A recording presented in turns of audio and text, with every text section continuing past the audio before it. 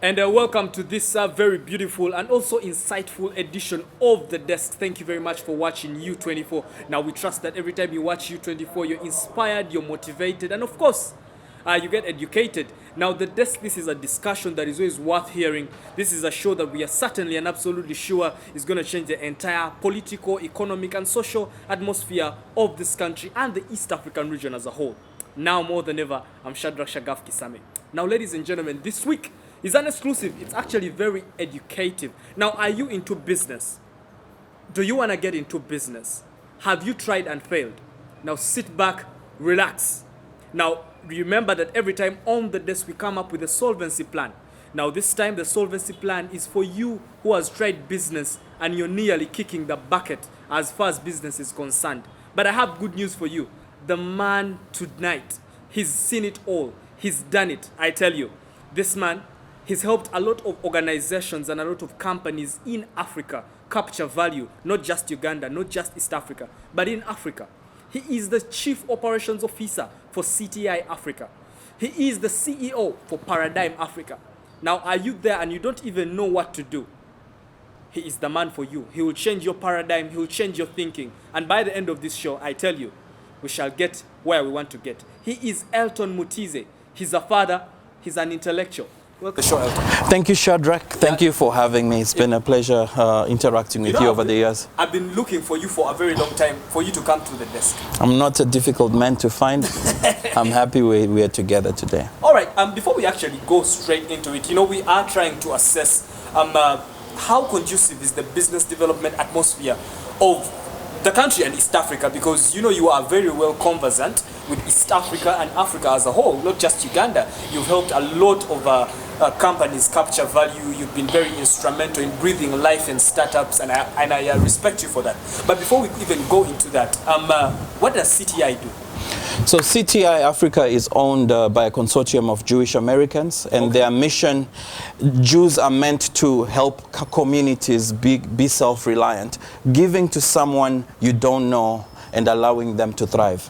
But by Jews you mean Jesus? No, I mean Israelis, people from that small country called Israel. Okay. So their mission is a simple one. Can we accelerate the implementation of sustainable development goals? Okay. All the UN member states have signed and ratified the protocol to say this is what's going to lift all the member states out of poverty by 2030. That's why you hear 2030 middle income status by 2040.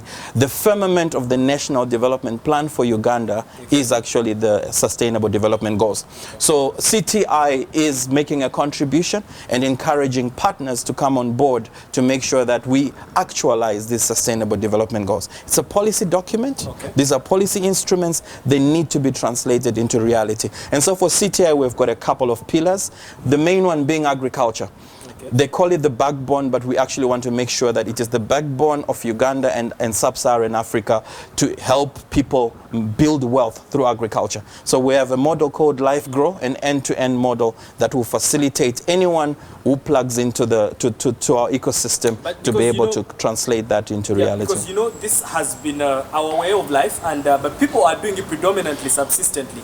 What exactly are you doing to change this instrument of agriculture to become an income-generating aspect?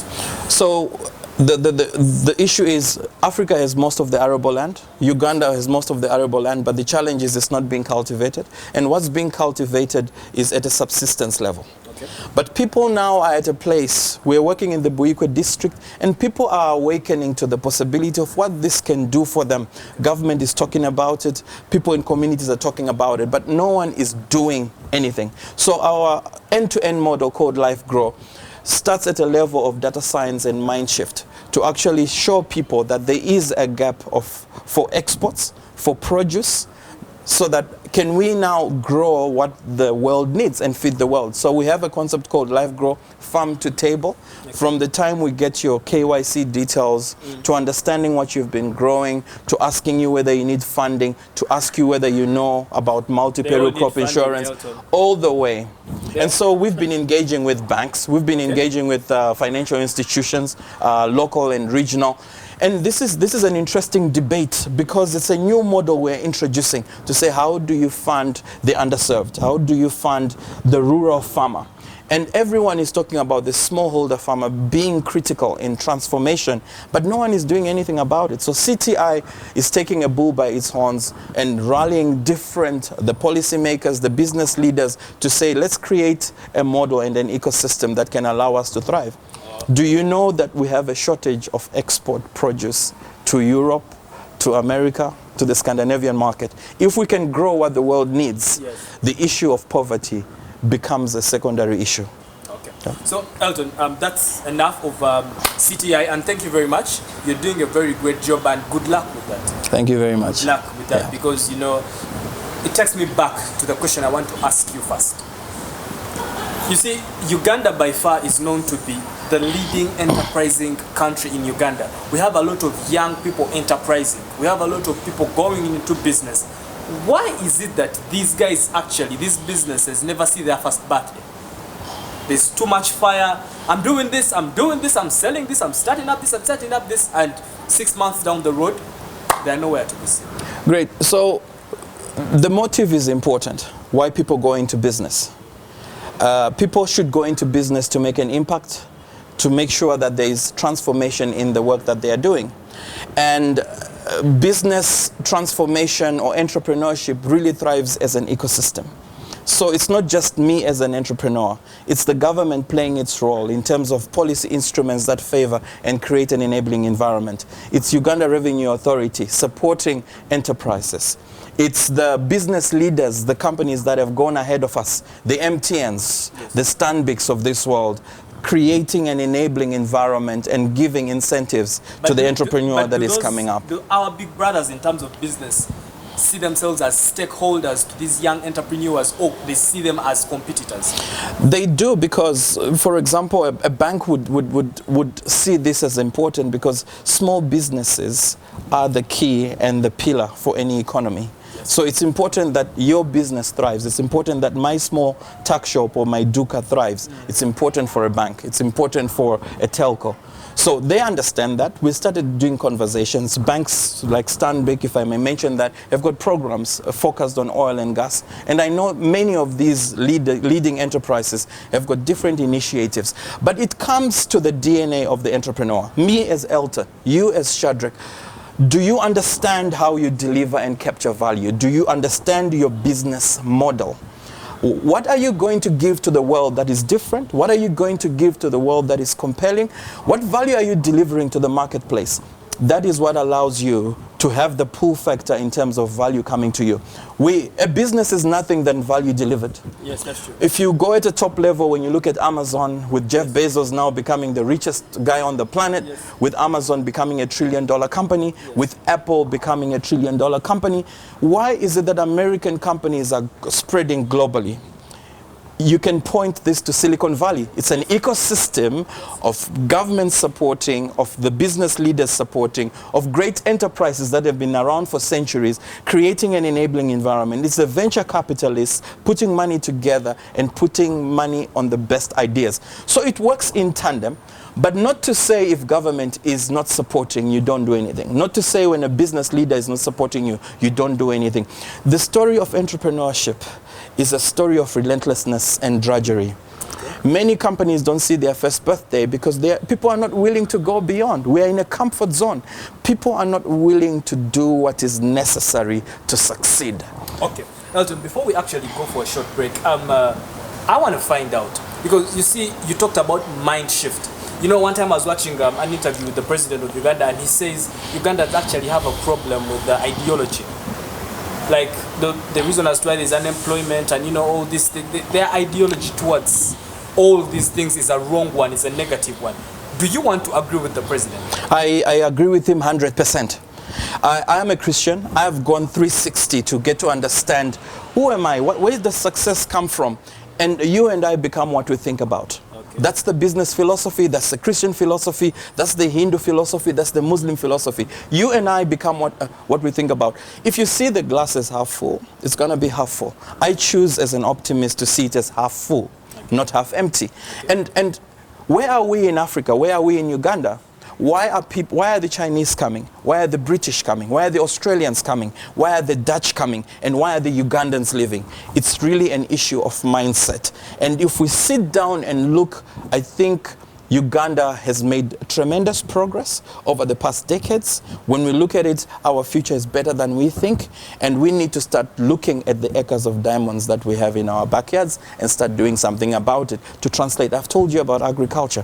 There's great opportunity. Okay. Tourism. There's tremendous opportunity to become the pearl of Africa that we're supposed to be. All right, there's tremendous opportunity. At that point, we're going to be going for a short break, but when we come back, you're going to be taking the viewers into something else. Now, do not go away. We are still on this very educative and insightful edition of The Desk. We are still broadcasting here at our home at Dial Avenue, Kampala. We're actually in the heart of Kampala at Nakasero Hill. Do not go away. Still The Desk. And welcome back to this very educative episode of The Desk. We are with the main man himself. He's an intellectual. I tell you, he's seen it all. The COO for CTI Africa, Mr. Elton Mutize. Before we go back to Elton, I want to say thank you to all of you who are following the discussion on our social media platforms. Keep the hashtag going. Now, you can follow the discussion on our social media platforms. That is U24 on Facebook, Twitter, and Instagram. Now, you can do the same for Shadrack KISAME. You go and like the Facebook page, the same with Instagram and Twitter. And you can also do it the same for Facebook, The Desk 256, Instagram, and Twitter. Now, we left off, Mr. Elton, you were understanding ideology. But far away from that, I want to ask you something very profound. You see, over 75% of the 45 million Ugandans are the youth. They are all below 35 years old. Yeah. And these guys are actually not credit worthy. But they want to start business and they want to be enterprising. We've seen the hustle just in Kampala itself. What do you think? What avenue can be put in place so that we could create credit worthiness for these young people? So firstly and foremost, the struggles that the youth are facing, a normal businessman would usually face, the issue of credit worthiness. No bank just gives you money. No investor just gives you money. We need to make a decision as the youth. What is it that I want? Why am I here? When I look at the intersection of three circles, and I always talk about this, what are you passionate about? Yes. What can you be best in the world at? Yes. And what drives your economic engine? If you can tell me what your passion is, yes. If you can tell me what your innate abilities are, and if you can tell me how that ability and that passion can make money, then credit worthiness becomes a secondary story. So people need to first decide what they want to focus on and not saying I need money, because money gravitates to where the value is. I know startups that I've served personally. I know people who have raised capital from nothing, but their tenacity and their hedgehog concept, which I've just explained, and their business model, which is crystalline, which is simple, which is profound. Uber has raised money across the world, and people might be saying, oh, America is more privileged. But all it takes for an entrepreneur is to make a decision. All it takes for a young man is to say, this is what I want to do. Okay. Because if your ideology be right, if your mindset is right, you attract to you what you want. And it's not going to be simple. You need to make a decision and say, this is what I want to do. And for some people, it's not just starting a business. Yes. It's looking for that job and getting the training.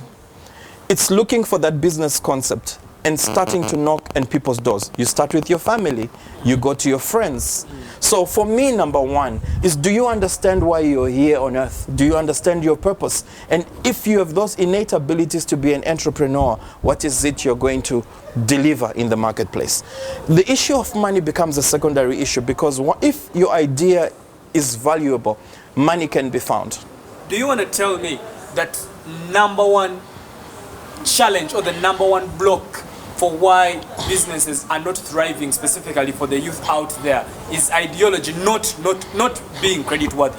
The most important and powerful thing that we have as individuals is our mind. And people have understand the mind in a very elementary way.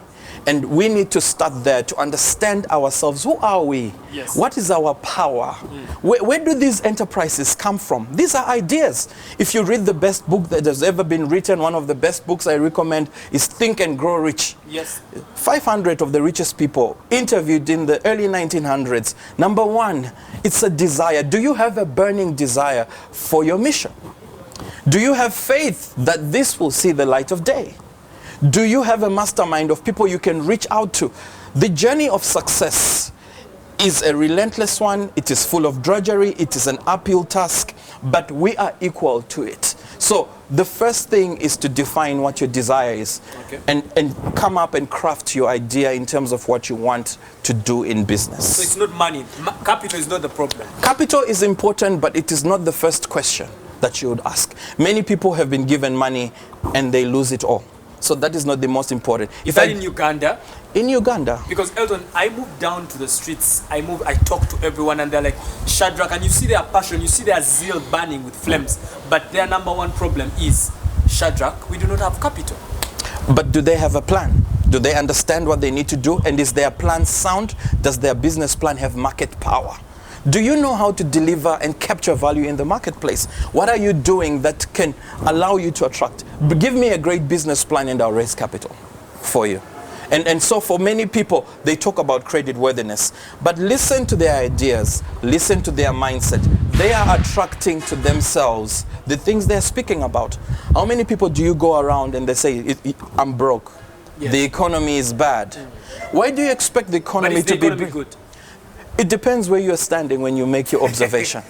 So, according to Elton, is the economy good? The economy is growing, the economy is fantastic, and I think we're in a very, very important space. Why aren't the youth feeling it in their pockets, Elton? I've had a lot of economists seated where you're sitting, and they're telling me the same thing. The economy is growing by 22%, and they're giving us figures, but down there, the youths are not feeling it in their wallets. The world looks to you where you stand when you make your observation. There are people in Uganda who are thriving, young and old. There are people who are struggling in Uganda, young and old. What is the difference? There are people in America struggling, young and old, and vice versa. But what is the difference? Is the economic gap that big in America and in Uganda? Because, Elton, when you sit here and you are in front of this camera, someone in front of their screen will say that man is talking because he's selfish, he's rich, he probably has a car and a house, or he stays in a nice apartment, so he doesn't know what we're going through down here in Chibuli or in Chiyembe or in Chikuba Mutwe. In my early days when I was starting out after campus, after university, as I embarked on this journey, I came across a saying which says, everyone is self-made, but only the successful people will admit that they're self-made. Everyone is self-made, but only the successful will admit it. Okay. Everyone else blames everything else for their demise in their lives. The number one tool to success, to transformation in anything you are doing is absolute personal responsibility. I am responsible for my life. I am responsible for my family.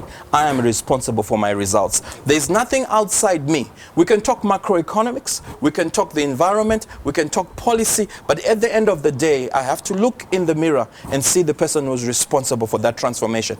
So what message do I have to the youth? Yes. I think we need to make a decision that we're going to succeed. I think we need to define who we're going to be in our lives. You have to be a master in your field. You can start cooking today and become a great chef and you get business. You can start today. The biggest opportunity is in agriculture. Do you have land? Do you know what to grow? Are you willing to learn and become a master in that field? Then you will be able to raise capital. Under that, there's the agricultural credit facility open to all Ugandans above 80. It's been running for the last 10 years, but we do not understand what opportunities are presented in our economy. Because from just the few statements you made lastly, I'm trying to understand that you're talking about me perfecting my craft. So are you trying to communicate to us that most of these youths that have not made it, they've not perfected their craft? It's not because of any other reason. So you grow up, you go to school, you go to Makerere, then you finish, then you start knocking our doors and say, I'm looking for a job. What skill do you have to deserve that job? A diagnostic test was done across the ecosystem in Uganda, across the businesses, and they discovered that the biggest challenge in Uganda is a skills gap. So people have degrees, but they don't have skill set. Yes. It's not the paper. Thousands of graduates are graduating and they're flocking the streets of Kampala. Paper. They have the paper, Yes. but they do not understand ICT. They don't understand MS Office 365, the tools that we use. They don't know how to use computers. They don't know how to communicate and negotiate.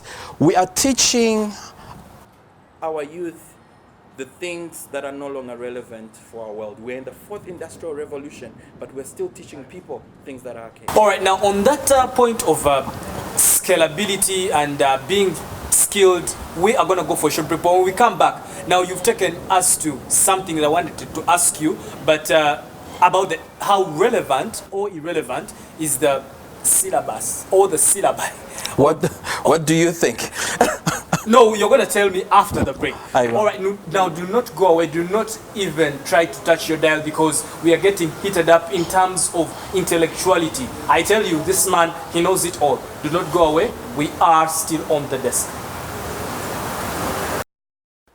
And welcome back to this very educative edition of The Desk. Now, guess what? We are still with the COO for CTI. We are still with the CEO for Paradigm Africa. Ladies and gentlemen, Mr. Mutize Elton. He has seen it. He's been on the ground, to the desk, to the plane, to the bus, and to the motorbike. Have you been on a boda boda? That's my life. No, have you been on a boda? I just saw your driver bring you a few things. 1,000,000 times. On a boda boda? Who doesn't go on a boda boda in Kampala? Are you a Kampalan if you don't go on a bike? I need to take you. Me and my producer need to take you on a boda boda. I need to take you around your city. All right. So, Elton, we left off with these youth not having the relevant skill to execute an assignment. What should we really, whom should we put in the cuffs for this? Is it the education system, or are the youth slow to learn? What exactly is it? Jim Rohn is a success philosopher who lived in America at some point. Yes. And he says, self-education will make you a fortune, but formal education will make you a living. So if you go through the formal route, you're going to make a living. But if you want to make a fortune, you have to self-educate. Okay. And there's also another saying which says, the learners will inherit the earth. But the learned will find themselves beautifully prepared to deal with a world that no longer exists. Our curriculum is no longer relevant to the times we're in. We're in the fourth industrial revolution. Our models are old, are archaic, and we're no longer able to feed the marketplace with the skills that we need. So what is the challenge? Who do we blame? I don't want to blame anyone besides myself. So if I know that the educational system is not relevant, then I have to complement it with self-education. Our reading culture is so poor. The best CEOs globally who are moving the needle of things and making a dent on the universe are people who read at least 60 books a year. That's a book a week. Yeah, you've reminded You me have of, to change our mindset. Sorry to cut you short, the late Bob Collymore. The late Bob Collymore, exactly. You speak to that man, he never went to university, but he's self-taught. He educated himself. He was like a low desk guy, and before we know it, he was CEO Safaricom, and he made lots of billions. It's a mindset. It's a way of thinking. It's a pillar you define. It's a pillar of self-discipline to say, I commit to doing this. I am going to be the best that I am in my industry. And you start looking for the mentors. You start looking for the books. You start investing. The successful people turn themselves in the verse of literature. You have to read. You have to reach out to the mentors. You have to look up to the people who've been there. I look up to people like Patrick Bitature, who I have served. Amazing person who still has a huge gap. There are many people in this city we can give as examples of people who are setting the mark in terms of what success is, what business is. So to the youth, it's really upon ourselves, to be honest. I can't blame the government because we can do something about it. In dysfunctional economies, in economies that are thriving, we find the rich and people living together. Elton, are you talking because you're privileged? Who's privileged? I came to Uganda with nothing. I was just a young man from Zimbabwe, and everything that I've had is self. Would self. you say what you're saying on this interview 20 years ago? Yes, of course. Why not? You would say that? I would say that. I How old respect was I when I was 20 years ago? I would say that. Everyone is self-made. And that's something that I realized. No one is coming to save us. Ugandan youth, East African youth, no one is coming for us. We have to take absolute personal responsibility and decide. Right now you can decide that I'm going to be the best chef Uganda has ever experienced. I'm going to be the best tour guide Uganda has ever known. I'm going to become a golfer. I'm going to become an accountant, and we start making the mark. What I don't see is hunger in this economy. What I don't see... Hunger for success. Hunger for success. What I don't see is relentlessness. I stand here not because I've succeeded all the time. I have failed many times. Okay. But you get up, shake off the dust, and you keep moving. I'm here not because I'm privileged.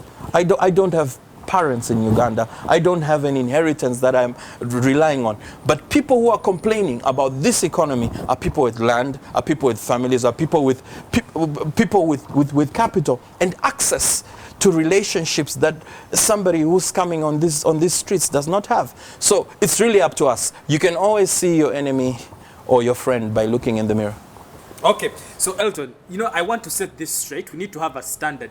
Do you politic? Because the rate at which you're saying the government has no problem, I am afraid you politic. If I blame, what's the benefit to me? I think the president is doing the best he can. I don't think he wakes up and says, how can I mess things up? I don't think the ministers are saying, how can I mess things up? I think everyone is doing their best.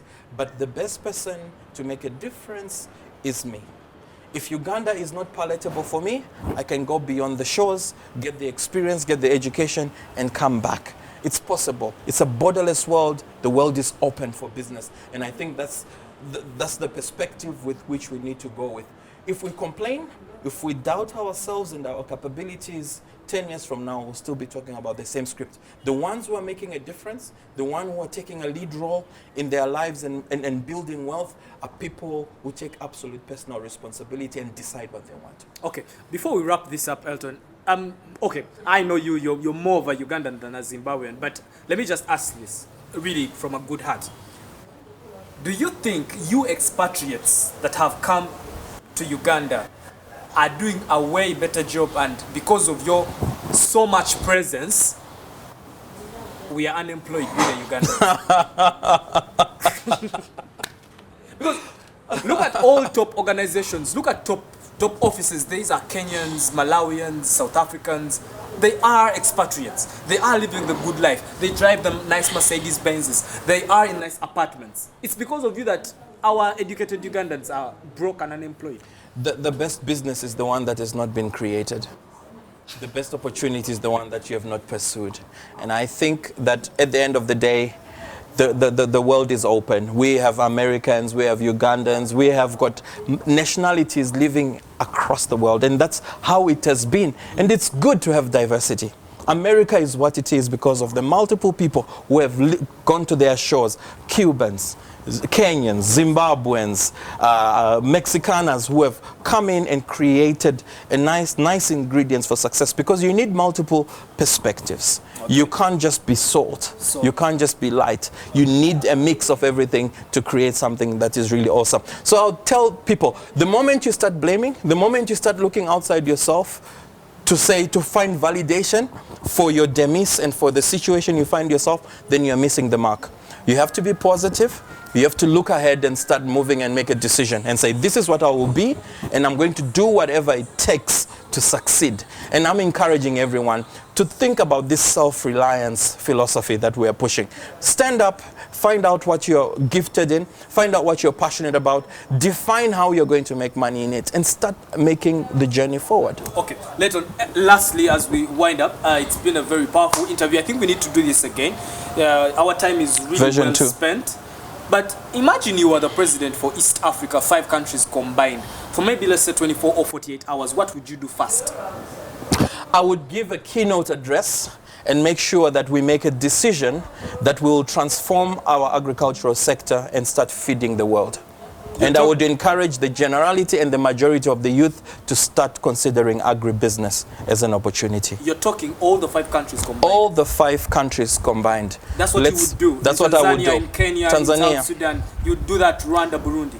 Everywhere. I would say let's focus and see how we can feed the world, because we have the resources, the arable land, we have the energy, and that's what we need to start organizing ourselves and start moving. I would tell everyone to start focusing their energies and building the agricultural ecosystem and value chains and transform Africa and transform East Africa. All right, Mr. Elton Mutize, it's a wrap. Thank you so much. Thank you very much. It's been a very nice show. I hope you accept to come back again. Thank you for hosting me. I'm available if we can sync our calendars. It's been tight getting you. Don't say that on camera. It's been tight getting you. All right, now it is a wrap. My oh my, what a show, what a guest, what a day. Now for you out there, you are a youth and you are trying to give up. Mr. Elton Mutize has made it clear. It is ideology, it is mindset, it is paradigm. It's been Mr. Mutize Elton, COO CTI, CEO Paradigm Africa, and he's been helping us aid in our understanding in terms of business development and entrepreneurship. Now, you have been a very lovely audience. Thank you very much for watching U24. We trust that every time you watch U24, you're inspired, you're motivated, and of course, you are educated. Now, the desk, we are sure that after this show, you have a solvency plan in terms of business and starting to enterprise. Now, from me and the entire U24 management, we'd love to sign out, we'd love to say good night, good luck, for God and my country. God bless Uganda.